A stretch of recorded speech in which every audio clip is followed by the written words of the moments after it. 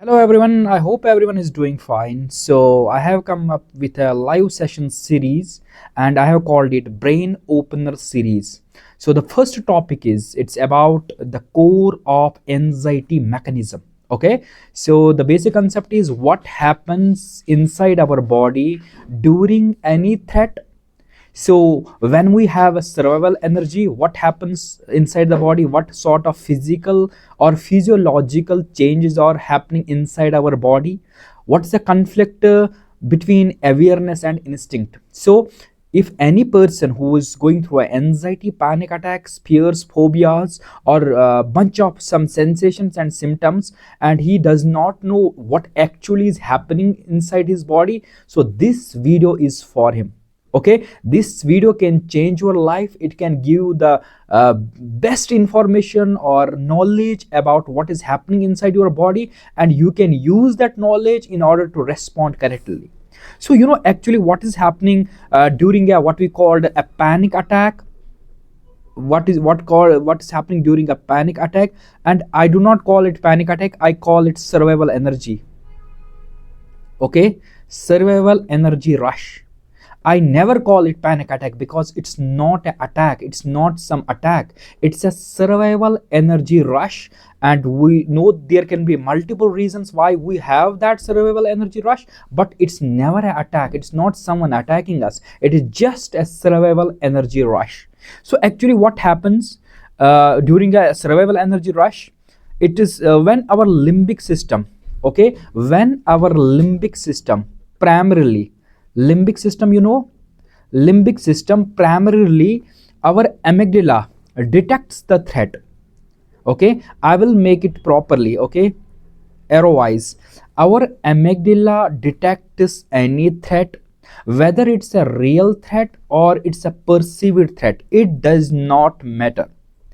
Okay, and because the amygdala functions as an emotional center, so it's continuously scanning. Okay, it's continuously scanning and looking for the threat, always and always, 24 into 7. Your amygdala, the main part of your emotional brain or limbic system, is always looking for a threat, it's always scanning for any danger. Even when the higher brain, like prefrontal cortex, knows that the environment is safe, still your amygdala misfires due to past conditioning or heightened sensitivity. Okay, even if your rational brain knows, the prefrontal cortex is called the rational brain. Even if your rational brain knows that there is no threat, there is nothing that is wrong with us, there is no immediate threat or danger, still your brain or amygdala is misfiring due to the past conditioning or heightened sensitivity. Once the amygdala perceives threat, what happens after that, that is important for you to know. And if you guys will know about it, then lot of confusions will gone away in your mind. Okay, so once a amygdala perceives threat, what happens after that? It sends signal to hypothalamus. Okay, hypothalamus. When your limbic system or amygdala detects threat, it signals to it sends signal to hypothalamus. Okay, so after that, what happens? Hypothalamus, it initiates it initiates the it initiates the hypothalamus pituitary axis. That is hypothalamus thalamus pituitary, sorry, adrenal axis. This is a phenomena that our amygdala initiates when amygdala detects the threat. It sends signals to the hypothalamus that we have a threat. Then hypothalamus initiate HPA axis, that's called hypothalamus pituitary adrenal axis. Okay, this is what happens during this phase. After that, when this HPA axis is initiated, also that time your sympathetic adrenal medullary system gets activated. That's called sympathetic medullary, and no, sympathetic adrenal medullary medullary system.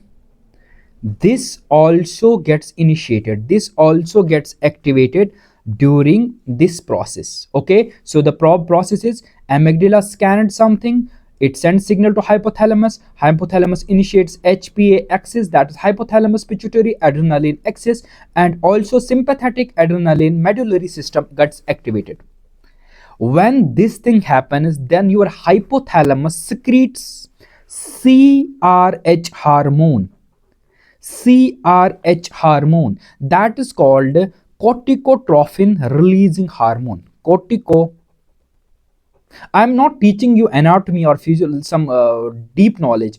It's a basic phenomena and you should know about it, what is happening inside your body, because it will give you full knowledge about any symptom, any sensation. You will get to know about it. Okay, so please be with me. If it seems too much for you, at the end you will be very proud of yourself that you guys watched this video and you guys got this knowledge, because it's very important, it can change your life.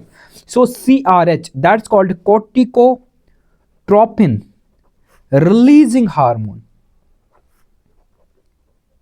Corticotropin releasing hormone, it's present in the paraventricular, it's present in the paraventricular. These names are not important, these you have to just know about it, these are not important. Paraventricular nucleus of hypothalamus. Okay, so this hormone is present in the PNH, okay, PVN, paraventricular nucleus of hypothalamus. After that, what happens? This CRH hormone, this CRH hormone triggers pituitary glands to release. Okay guys, this CRH hormone which got secreted by the hypothalamus, this triggers pituitary gland to release ACTH hormone, that is called adrenocorticotropic hormone. Okay, adrenocorticotropic hormone. What this corticotropic hormone will do? Okay, this ACTH, it will in turn stimulate your adrenal glands or adrenal cortex, and it will secrete cortisol, the big hormone. Okay, everyone is saying that, oh, cortisol, adrenal cortisol. So this is why it is getting secreted. You know, this adrenal cortex, it's present in the kidney. Okay, it's a long acting citrus hormone. Okay, it's a long acting citrus hormone. There is an adrenal gland that's present in the kidney, and its outer layer of adrenal gland, that's 80 to 90% of gland mass, it's called adrenal medulla, and that adrenal medulla, it's actually secreting the hormone cortisol.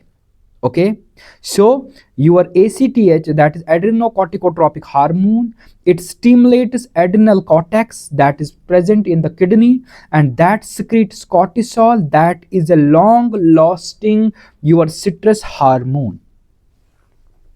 Also, in the adrenal gland, there is a secretion of what we called epinephrine and non-adrenaline.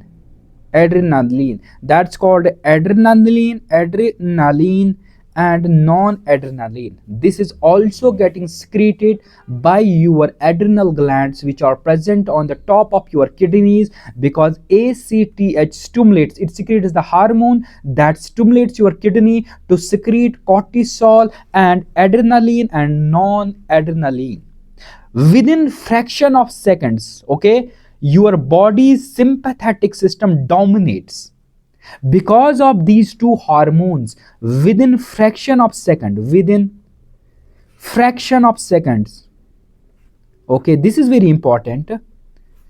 Sympathetic, SYMP, sympathetic domination happens.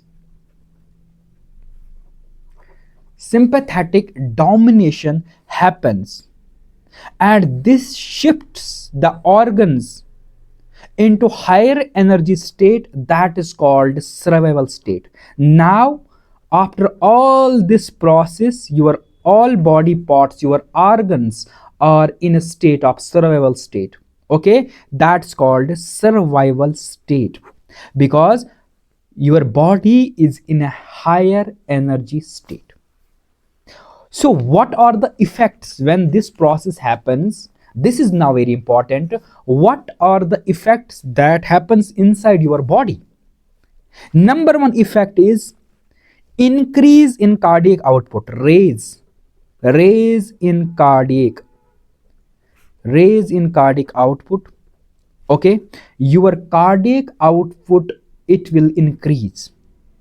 Okay, second thing is that there is a constriction of peripheral arteries, and there is a dilation, what we called your vessels in skeletal muscles. There are vessels, or they will dilate. It will temporarily increase your BP. Okay, so temporary increase of blood pressure, it's temporary. So when a person is having a panic attack, he will say that, oh, my BP is 140 or 150. Bro, it's very temporary. It's because of your body change. It's because of this phenomena, whatever is happening inside the body. Because of that, there is a raise in cardiac output. Okay, then there is an increase in BP, that is temporary. By the way, important is that your blood vessels also dilates that time. People get afraid that during panic attack I can have a stroke, or I can have this and that. By the way, it's very less chances. There are very less chances that you can have a stroke during panic, because there is a dilation of vessels. Your vessels get dilated because of this phenomena. Okay, if there is a constriction of your vessels and you have an increase in BP, then there are chances that there can be a disaster. There can be a stroke or cardiac heart attack or whatever it is, because the blockage can get somewhere stuck. But mainly what happens during a panic, because of this phenomena, your vessels get dilated. Okay, there is also a bronchodilation. Wow, bronchodilation, expand of airways. Okay, your airways gets expanded. That's why your airways gets expanded, because there is a more demand of oxygen. They take more oxygen up. There is a more uptake of oxygen. Okay, sorry.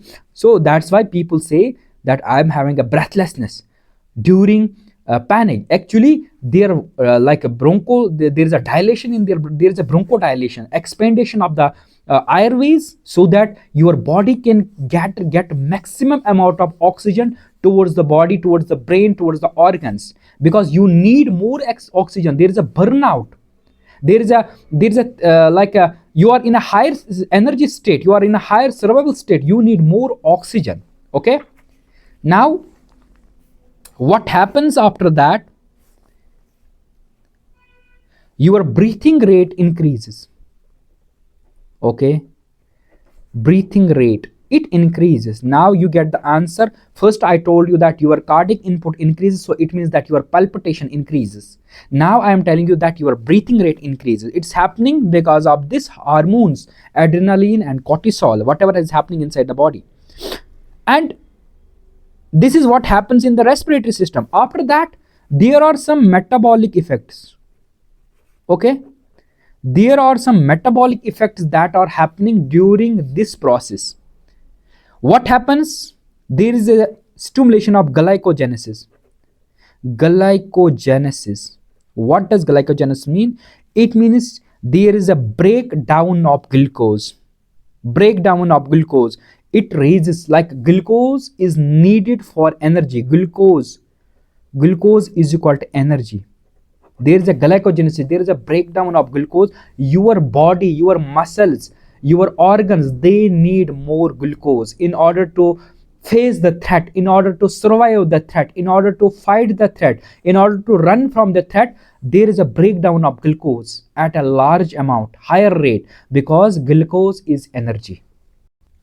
When the glucose increases, there happens, what happens inside the muscles, there is, that is called micro contraction, micro contraction of the muscles. Your muscles starts to tighten it up, your neck muscles, your leg muscles, your skeletal muscles, your arm muscles, they started to constrict. Why? Because if you want to fight, if you want to flight, you cannot do that with loose muscles or fluffy muscles. You need tight muscles so that you can run, so that you can fight, so that you can punch, so that you can move in a fast speed. That's why there happens microconstriction. There is an increase in glycolysis for immediate ATP production. Okay, there happens ATP production, adenosine triphosphate, like increase in ATP production. Okay, what happens, there is a release of fatty acids. When this happens, when there is an increase in ATP production, there is a release, there happens a release of fatty acids. They act as alternate fuel. Okay, release of fatty acids. You know what is happening? This is like, this is a great thing that's happening inside the body. What a process. There's a release of fatty acids. They act as alternate fuel. You know, when a person is saying that I am having anxiety or panic attacks from 2 years and I do not feel energy, how can you feel energy when all the time you are burning your energy, when all the time you are burning your glucose, when there is a release of fatty acids and they are acting as an alternate fuel. So every time your body is using the vital energy, your body is using the survival energy all the time. So you cannot have energy for work, for job, for workout, for other functions, because your body is fighting a battle inside and you are using all the survival energy there. Yeah, so there is increase, there is a release of fatty acids as an alternate medicine, alternate fuel. So what happens inside the pancreas? What happens inside the pancreas? It inhibits insulin and it increases glucagon. It inhibits insulin. It inhibits insulin and increases glucagon. That maintains high blood sugar for brain and muscles. This is very important.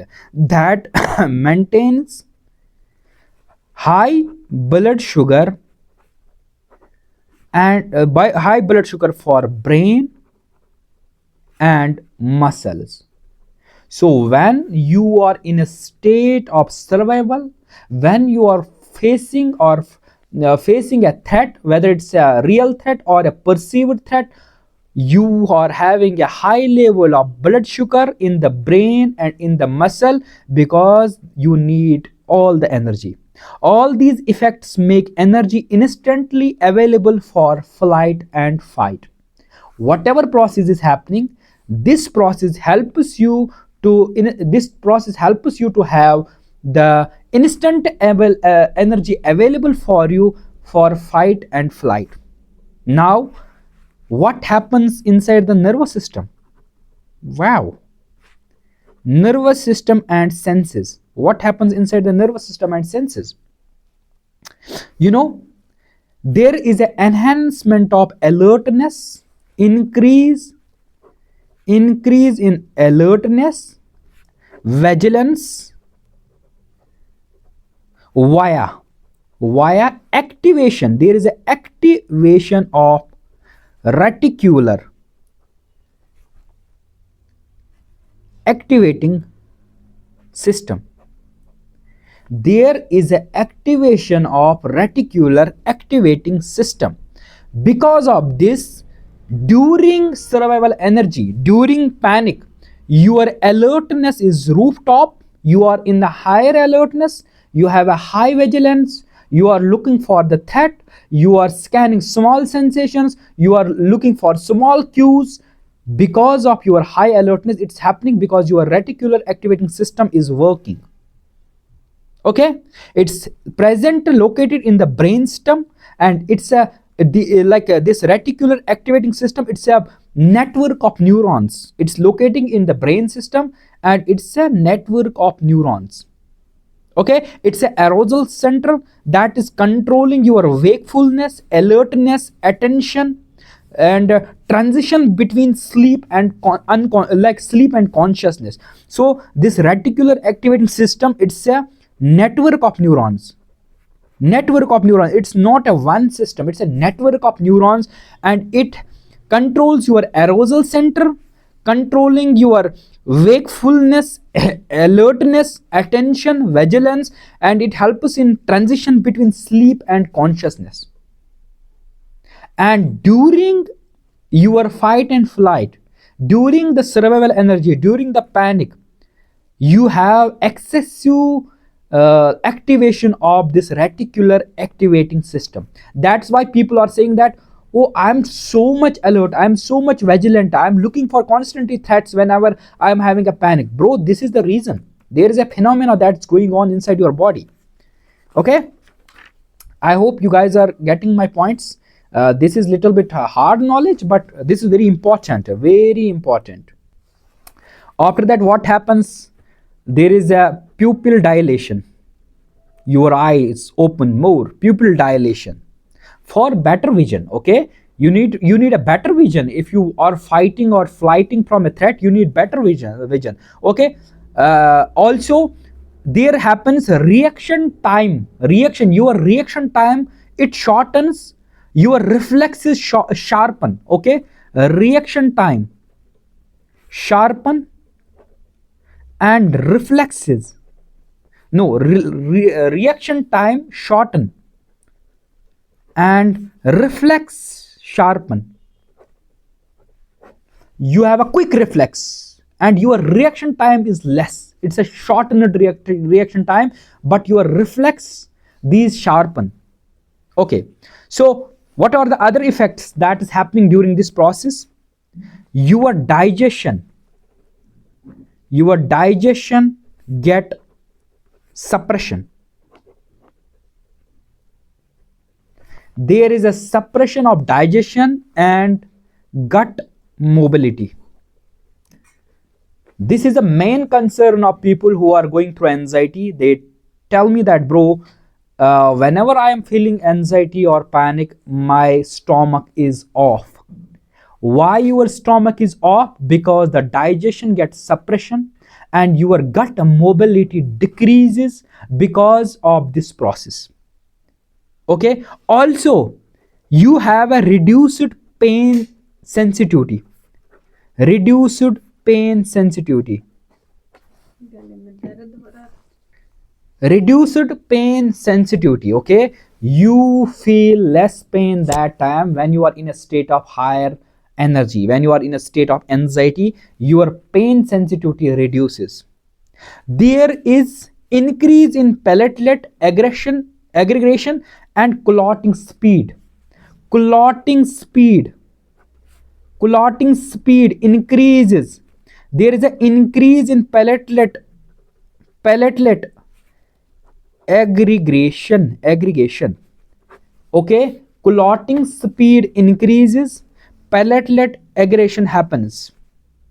Okay, this is an evolutionary protection against bleeding and injury, because our body and mind feels, that this person is running or this person is in a state of threat. He can be beaten by a sharp edge object, or he can have an injury, he can have a wound, or he has to fight, someone can punch him, he can have a bleeding episode. So that's why everything is happening automatically inside the body. Your clotting speed increases, platelet aggregation increases, because your body and mind is protecting you from some threat.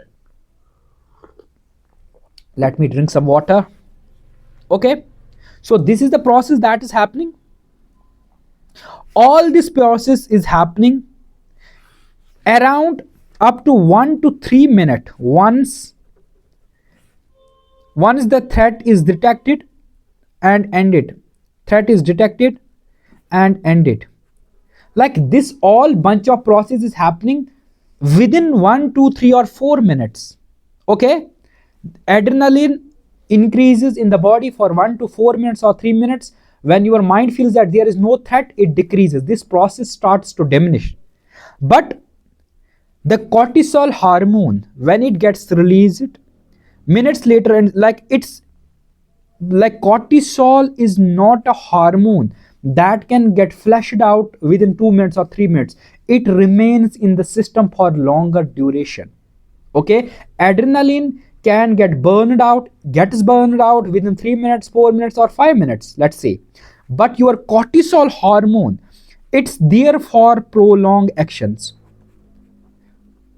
So this is called chronic stress hormone. And actually, this is not a bad hormone. This hormone is actually helping us to fight, flight, control, and fight the threat. But this is a lingering hormone. It gets you some sort of uncomfortable sensations that is going on for longer duration.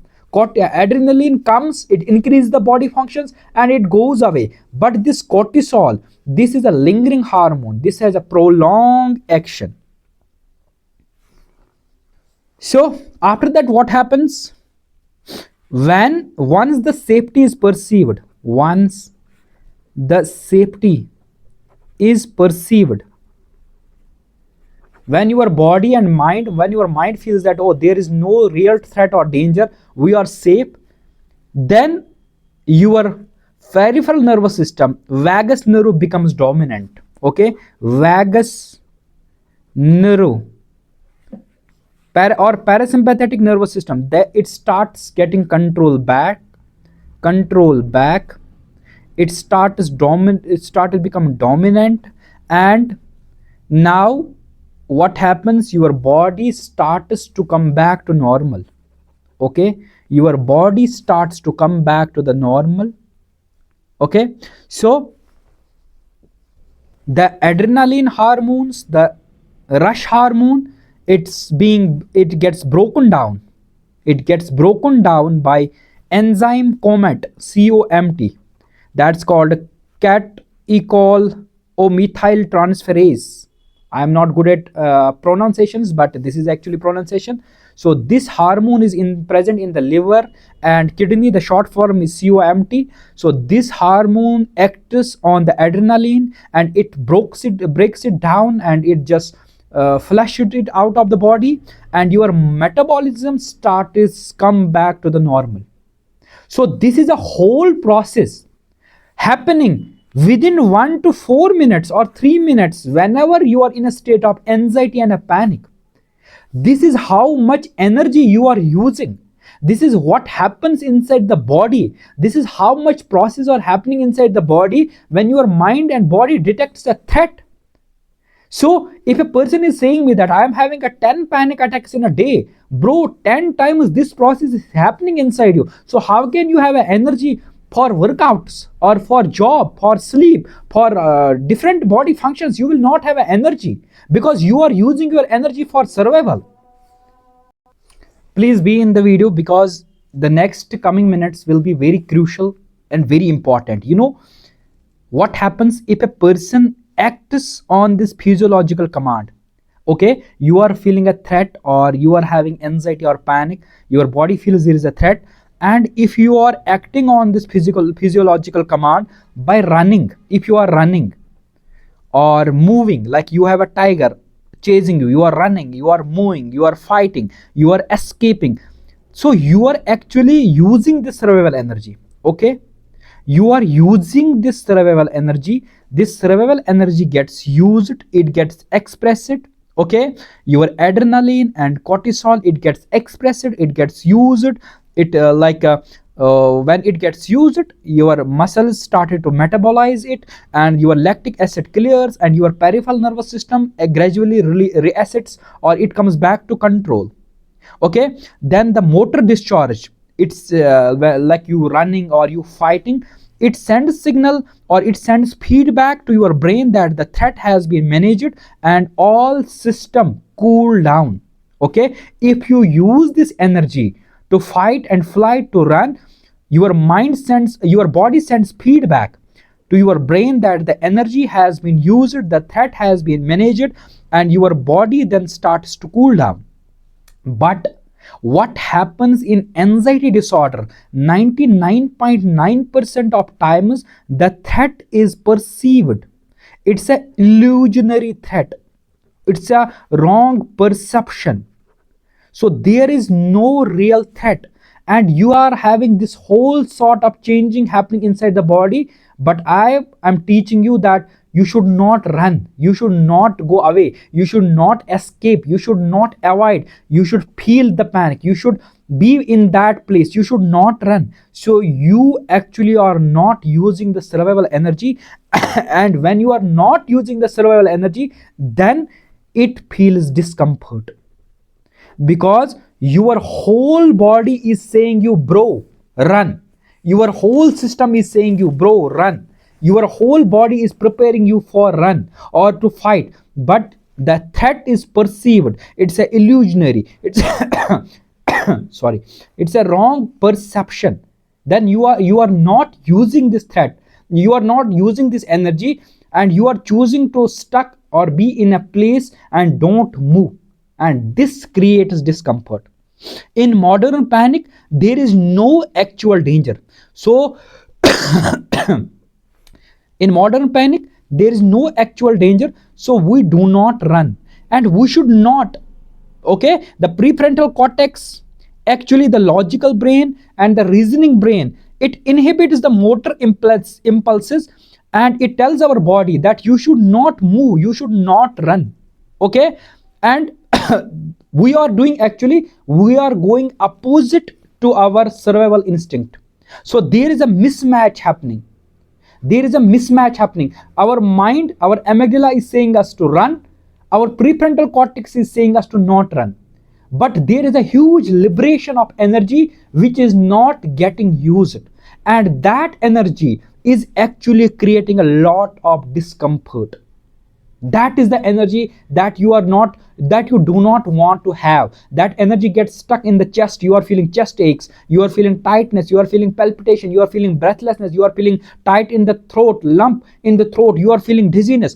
This is happening because of that survival energy, and you are not using it. If people will try to run, like if you have a tiger chasing you, and if you will run, you will feel all these symptoms, but you will be relieved after you are in a safer place. You will be relieved. You will say that, oh yeah, I'm now okay, I'm now safe, and you will not think about palpitations, you will not think about breathlessness. You will think that I managed to survive. But when you are at your home, in the bed, or you are in the social gathering, there is no tiger, there is no like what we called is a sniper there to shoot you. There is no tiger, there is no one with a knife to kill you. So you are at one place stuck, and you feel palpitations, you feel breathlessness. That feels awkward, because your body does not know the difference. It's creating this energy, but there is no need of that energy.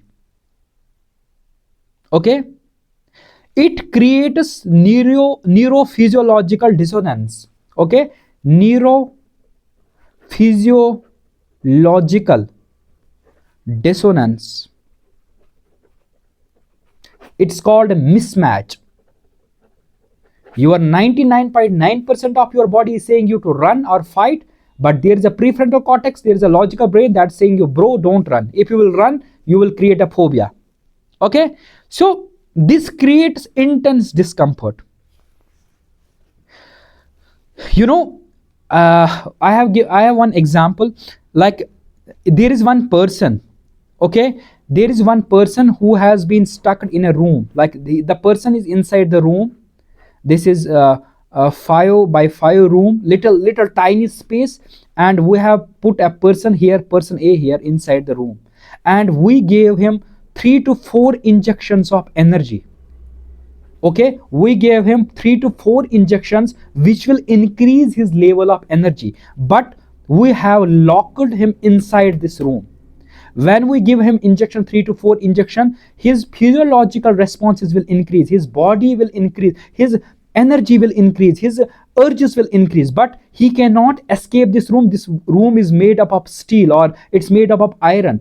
So he will go in a state of manic. He will just punch this room. He will try each and everything to escape this room, because he want to use this energy. Whatever the injections are giving him energy, he want to use this.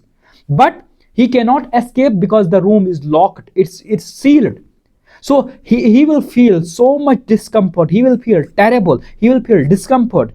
Actually, that energy will create him discomfort. But if we will tell him, if we will unlock the door, he can go and he can run and he can do anything. That energy will get used and he will not feel much discomfort. But in anxiety disorder, we choose to not move. We have to not move. If we will move, if we will avoid, if we will escape, then there is a problem, because the threat is perceived. It's an illusionary threat. It's a wrong perception. You have to choose not to move. You have to choose not to run. It will increase your prefrontal cortex domination. It will increase your logical brain domination. You will increase your logical brain saying, and your mind will actually attend the command. It will attend the command, and it will decrease the sensitivity of your amygdala. Okay.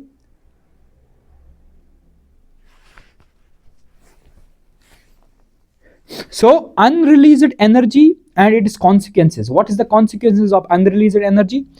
What unused energy? Survival energy remains unexpressed. Adrenaline stays high for longer. Your cortisol stays high for longer. Your parasympathetic recovery delayed. Cortisol continues to overact, circulating inside your body. Your muscles are in a state of tension. Your lactic acid builds up. It causes pain and soreness and numbness. Okay, there is a automatic imbalances, there is a digestion issue, there is a sleep disruption. That is happening because we do not use this energy, because there is no need to use this energy. The nervous system remains in a state of allostatic load. Okay, that's called allostatic load. There is a stuck of this energy. Your brain, your body stucks this energy. The energy gets stored and captured inside the body, but there is no use of it. Over repeated experience of staying still, it allows the surge. It actually shifts. It increases your prefrontal cortex domination. It gains inhibitory control over amygdala. Okay, the ventromedial prefrontal cortex begin encoding safety memories. Okay, the insula, it recalibrates interoceptive accuracy. Okay, learning that the body sensations are safe, the signals are not harmful, they are not harm signals. This is called extinction learning. So if you are staying still during this all discomfort, you are actually rewiring your brain. You are actually doing extinction learning. You are not fighting the symptoms. You are not fighting the sensations. You tell your brain that these sensations are normal. So this is called actually extinction learning, and this is a foundation of long-term freedom. The brain rewires itself to interpret adrenaline as an energy, not as a threat. So I have teach you all about what is happening inside the body and what to do and what not to do. This video can change your life. This is a very important video. This can give you the whole lot of knowledge and awareness that what is happening inside the body, why you feel discomfort, what to do and what not to do. I hope you like the video. If you want my help one-on-one, you can just message me. I will put this video on Instagram and on the YouTube. You can message me and you can come back. Like in the YouTube, there is a Instagram link, and in the Instagram, there is a YouTube link. You can DM me, you can message me, and you can start sessions with me. I can teach you each and everything one-on-one, and then I can help you to overcome all this, what is happening inside your body, what sort of changes are happening inside your body. I can teach you the responses techniques, the mechanisms, each and everything that is required for, or that's important for recovery. I hope you guys enjoyed this video. This is a long video, but this is a very informative video. See you in the next video. Thank you.